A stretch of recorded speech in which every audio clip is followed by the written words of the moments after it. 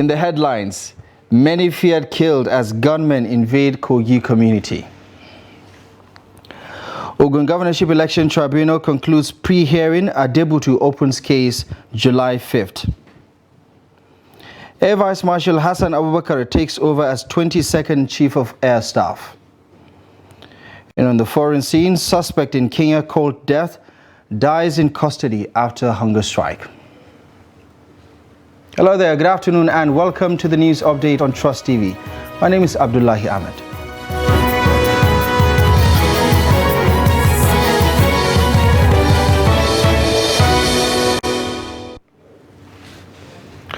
We begin in Kogi State, where unidentified gunmen have reportedly invaded Ejulu town of Ofu local government area of the state, shooting and killing people. According to reports from the area, the attack started about 3 a.m. on Thursday, and an Okada rider, including a woman identified as Aziz and wife of a youth leader, Okopi, respectively, have been confirmed dead. The Okada rider was reportedly hit by a stray bullet, while the woman was said to be out looking for her husband when she was shot and killed.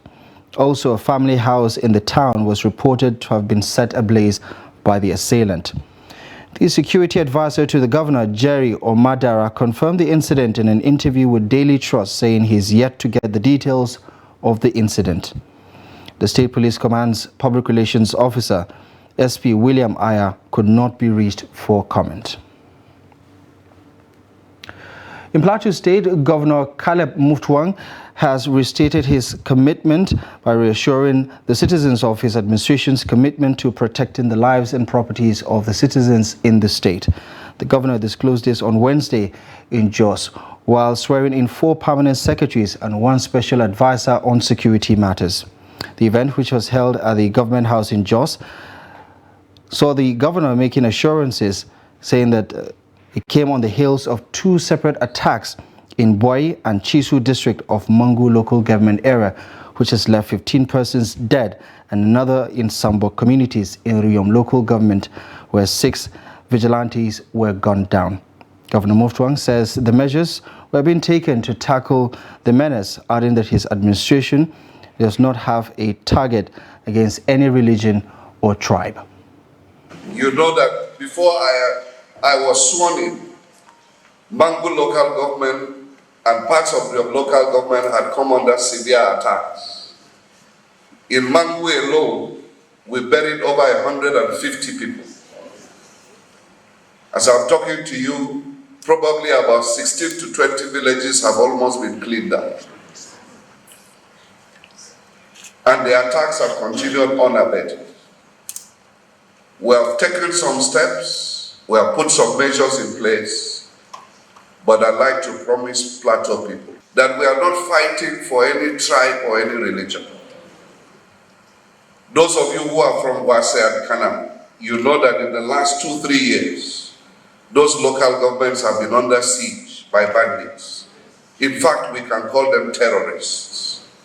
And I want to salute the security agencies, particularly the Department of State Security, who have battled those bandits to almost a halt at the moment.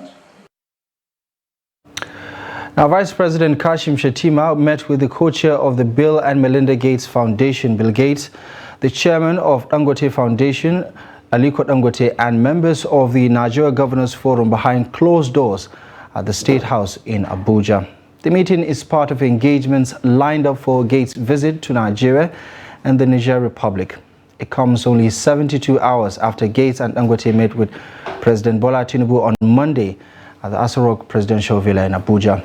Although the agenda of Thursday's meeting is not yet known, it is gathered that the attendees would consider areas of collaboration between both foundations and the Nigerian government, especially in the health and education sectors.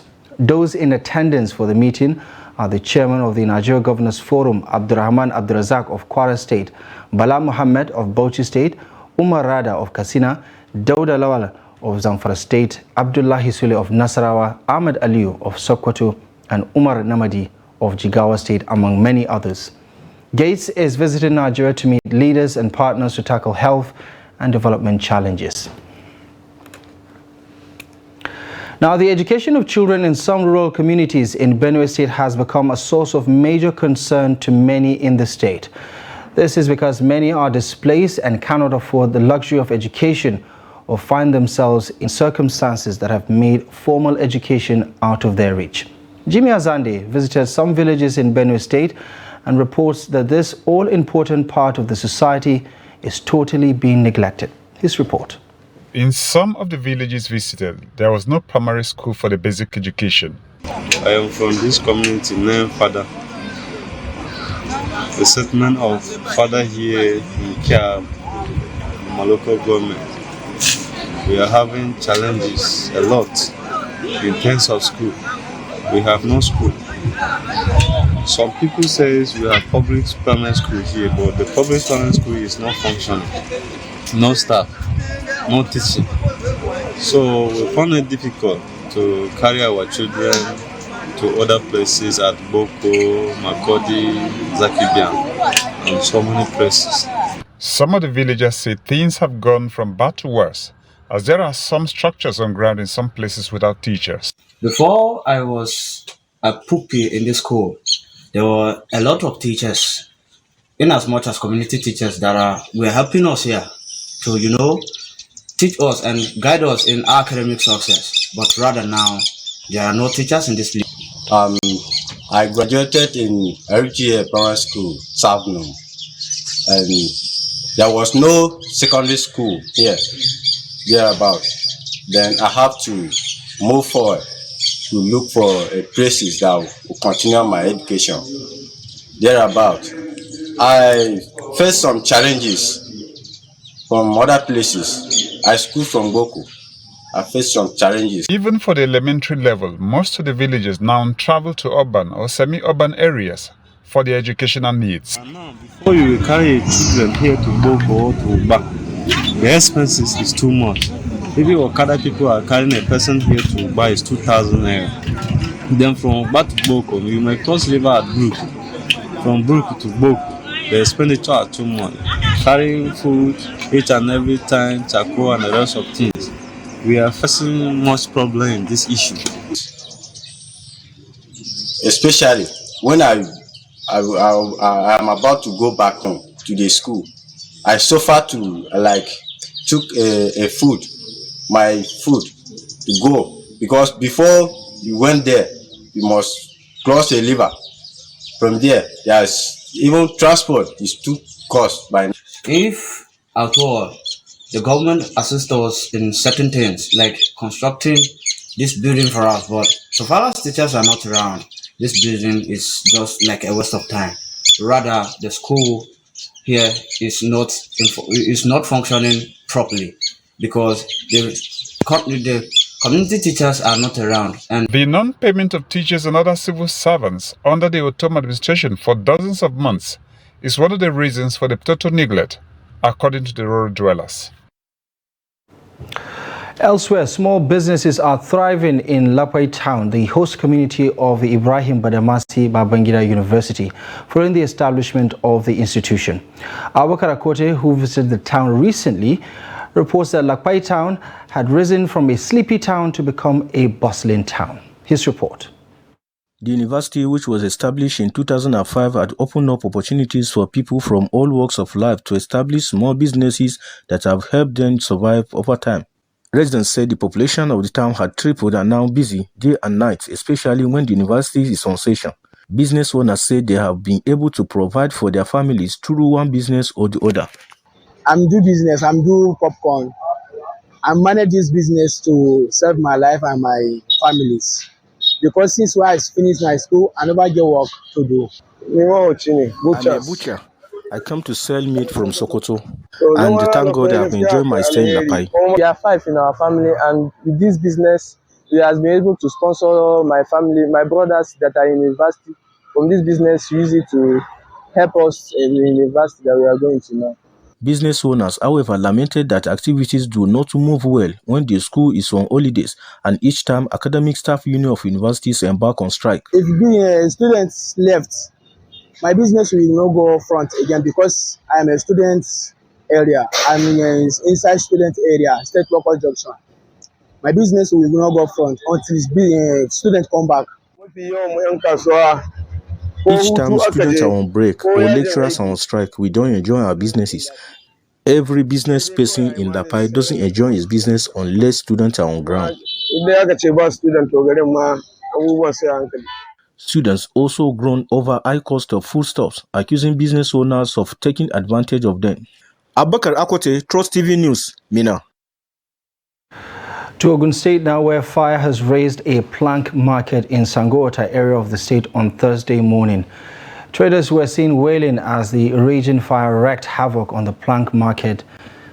And the cause of the fire is still sketchy as at press time, but an eyewitness, Tobias Imala, told Punch, a newspaper, that the fire started at around 10 a.m. Fire service officials were seen making efforts to quench the fire. Now, the Governorship Election Petition Tribunal sitting in Abeokuta, Ogun State, on Thursday concluded pre-hearing session and has fixed July 5th for the commencement of hearing of the petition filed by the governorship candidate of the People's Democratic Party, Ladi Adebutu. Mr. Adebutu is challenging the election victory of Governor Dapo Abiodun of the All Progressives Congress, citing alleged overvoting, gross misconduct, corrupt practices, and non-compliance with the Electoral Act. At the conclusion of the pre-hearing session on Thursday, the tribunal announced July 4th as the day to tender all documents and papers that were not objected to by either of the petitioners or the respondents. The tribunal also says the hearing and the calling of witnesses will start on July 5th, 2023. Now, a member of the Kano State House of Assembly, Salisu Ibrahim, wants other legislators in the Assembly to focus on legislation that will change the fortunes of the state. The member, who is representing Dogwa local constituency, says members, irrespective of party affiliations, should ensure meaningful legislation in areas of education, health, and employment, among many other areas of concern to the people of Kano State. Salisu was first elected on the platform of the All Nigeria People's Party, ANPP, from where he moved to the All Progressives Congress, the APC. Political coloration apart, I believe all of us are joined by the passion for the development of our people, and we don't have any state to call our own but Kano. So definitely I am optimistic that we are going to work together and we are going to work in line with the yearnings and aspirations of our electorate, irrespective of political differences. When you talk of focus generally, I think as politicians, more especially at the State Assembly, where we are very close to the electorate, the 2023 electioneering campaign has shown us real issues or real problems that are the problems that are facing our society. Generally, when you talk of issue of unemployment and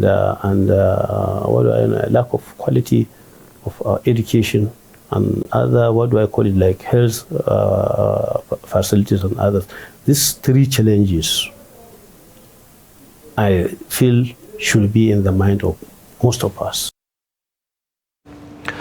In other news, a federal high court sitting in Abuja has fixed October 23rd to hear a suit filed by former Minister of Petroleum Resources, Mrs. Dezani Alison Madueke, challenging the order obtained by the Economic and Financial Crimes Commission, EFCC, for final forfeiture of her seized assets. Justice Iyang Ekwo fixed the date after her counsel, Benson Igbainoy, and EFCC's counsel regularized their processes in the suit. The auctioning exercise conducted on the seized assets believed to include Dezani's property started on January 9th. She was alleged to have escaped to the United Kingdom and remained there after her exit from public service as the petroleum minister, an office she held between 2010 and 2015 under the administration of former President Goodluck Jonathan. But the ex-minister in her suit sought an order extending the time within which to seek leave to apply to the court for an order to set aside the EFCC's public notice issued to conduct the public sale of her seized properties. She says she was not given fair hearing in all the proceedings leading to the orders. Now, Nigeria has about 33% of the global burden for sickle cell disease, and thousands of sickle cell warriors face discrimination while seeking for jobs or engaging in a marital relationship. A sickle cell survivor, Aisha Adamu, shares her experiences with Trust correspondent Ibrahim Ismail.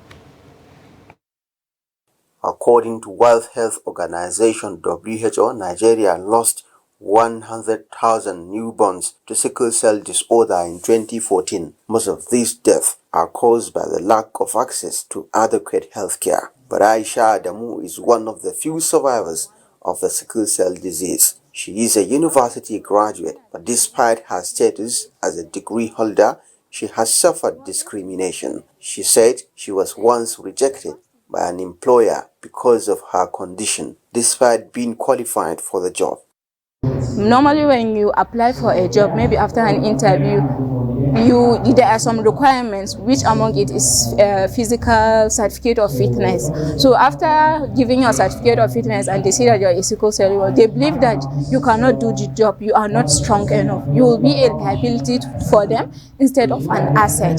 So this is one of our challenges, not just me alone, but for other sickle cell warriors. On 2 different occasions, Aisha's marriage proposal was turned down by families of her suitors due to her health condition. Since then, life has become more complicated for her. Most of the suitors, when they come, okay, when you say you're a sickle cell warrior, the first thing you start thinking, I'm carrying a liability. This one is going to be a liability to me. Day in, day out, we are going to be spending it in the hospital. Sometimes it's not from the suitor, but rather from their parents. They will reject you and say they don't want it when the person is comfortable but their parents are not. So this is one of the biggest challenges, not just for me but for other ones. I have encountered stigmatization, I think 1 or twice, from suitors. The first one, it was even at the brink of getting engaged, then his family rejected it. It wasn't him but rather his family. To reduce the burden of sickle cell disease, health experts and survivors urge intending couples to marry partners with compatible genotype. Most important preventive measure is to have premarital screening so that we know our genotype before going ahead and marry. And if there is possibility that we may have a child with sickle cell disease, then we can be properly counseled about the likely consequences of having a child with sickle cell disease, and we take an informed decision. All the time of that pediatric children, they are not getting the drugs. If you go to clinic, you will say no drugs. But some of our children, they are from poor family. Sickle cell survivors, mostly from poor families, have died due to lack of access to proper health care. Ibrahim Ismail, Trust TV News, Gombe. You're watching Trust News Update. Coming up ahead,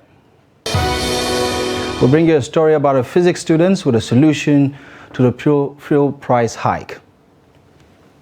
Details coming up ahead.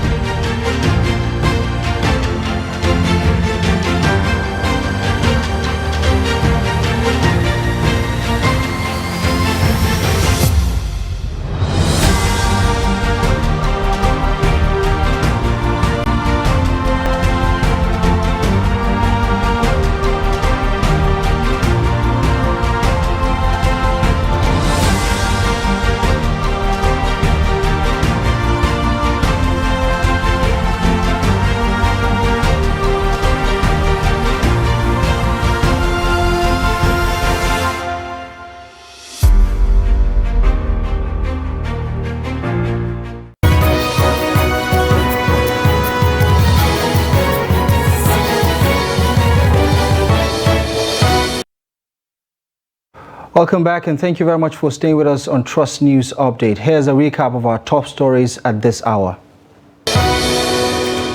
Many are feared killed as gunmen invade Kogi community. An Ogun Governorship Election Petition Tribunal concludes pre-hearing. Adebutu opens case on July 5th.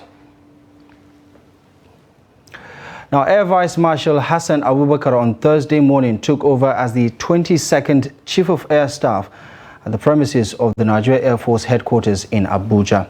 Speaking at the handing over and taking over ceremony, the former Chief of Air Staff, Air Marshal Oladayo Amao, says despite the challenges his tenure recorded, many successes, urging his successor to ensure the service attains a greater height under his watch. He specifically says he would miss the force, noting that there is nothing that has the beginning that doesn't come to an end. President Bola Tinubu had on Monday announced the retirement and replacement of the service chiefs, including the Inspector General of Police. Now, amidst soaring fuel prices and epileptic power supply, a Nigerian inventor, Muhammad Adamu, has upgraded a solar power generator he invented to generate 350 watts of electricity. Faguji, who is a graduate of applied physics from the Abubakar Tafawa Balewa University in Bauchi, says solar energy is the solution to Nigeria's fuel crisis and epileptic power supply. Here's Ibrahim Ismail with the rest of the story. Since the removal of fuel subsidy by the federal government, Nigerians have been battling with high cost of petrol to power vehicles and electricity generation due to epileptic power supply in the country. Passionate to provide solutions to the energy crisis, Muhammad Adamu Faguji, who studied physics, has invented a solar power generator which he recently upgraded to supply both direct and alternative power. I invented this device which is called a portable solar generator, and I call it dual purpose solar generator because it produces both AC and DC electricity at the same time. We can use it to power AC appliances and DC appliances simultaneously. The idea of, before I constructed one AC generator, solar AC generator, that one can only power AC appliances such as television, AC bulbs, AC fans, all varieties of AC appliances. But this one is like an upgraded version of that first generator I invented in 2021. This one is a dual purpose solar generator because, as I said earlier, it can be used to power DC and AC appliances simultaneously. The young Nigerian inventor said apart from being affordable, solar energy is environmentally friendly, which can help mitigate the impact of climate change. And I think the best way to do that is to go for sustainable source of electricity, and that is why I selected these solar gadgets, because in solar, you know, the solar source, or we can say the solar electricity, is the environmentally friendly source of electricity, and it doesn't emit carbon because we don't use fuel here. This generator, you don't need to buy fuel, and you can see now that the fuel subsidy is removed, so the price is so high in such a way that ordinary people cannot afford to buy. Faguji, who called on the federal government to invest in solar energy, is looking forward to develop his invention for safe reliance. Ibrahim Ismail, Trust TV News, Gombe. What an inspiring story. Now, the West African Elders Forum 2023 election mission to Sierra Leone has arrived in Freetown to encourage and support a peaceful democratic transition ahead of the country's general election scheduled to take place this weekend on June 24th. Former President and Chairman of the Forum, Goodluck Ebele Jonathan, is the head of the mission. The team also had former Burkinabe, a Prime Minister and one-time President of the Economic Community of West African State, Kadri Ouedraogo, and staff from the YF Secretariat as members. A statement by the Communications Officer of the Goodluck Foundation, host of the YF Secretariat, Wealth Dixon Ominabo, on Wednesday quoted the head of the mission as urging the people of Sierra Leone to approach the election with utmost patriotism by prioritizing the nation's peace and stability while refraining from acts capable of undermining the nation's democracy. On the foreign scene, one of the 30 suspects being held together with the Kenyan cult leader Paul Mackenzie over the deaths of more than 300 people who were told to starve themselves to death if they wanted to go to heaven has died in custody.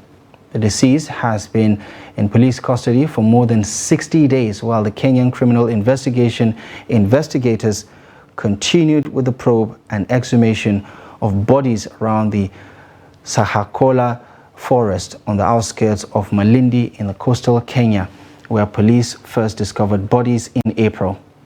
Buyuka reportedly died from hunger-related complications while undergoing treatment in a nearby Malindi hospital. The prosecutor added that the autopsy report would be presented to the court after the post-mortem is conducted.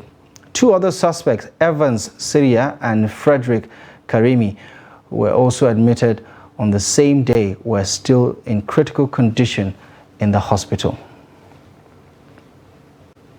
In sports, Super Eagles stars Wilfred Ndidi and Kelechi Iheanacho will face Coventry in Leicester City's 2023-2024 Championship League opener. This was confirmed on Leicester's official website on Thursday. The game comes up on a Sunday on the 6th of August inside the King Power Stadium. Leicester, who last played in the Championship in 2013-2014 season when they were crowned champions, will face their Midland rivals on the opening weekend in what will be the first meeting between the sides since 2012. Leicester were relegated to the Championship last season with Leeds United and Southampton. And that's it for now. You're up to date with the latest news stories on Trust News. Many thanks for joining us. Feel free to follow us across our social media platform to catch up on all our programs. My name is Abdullah Ahmed. Thank you for watching.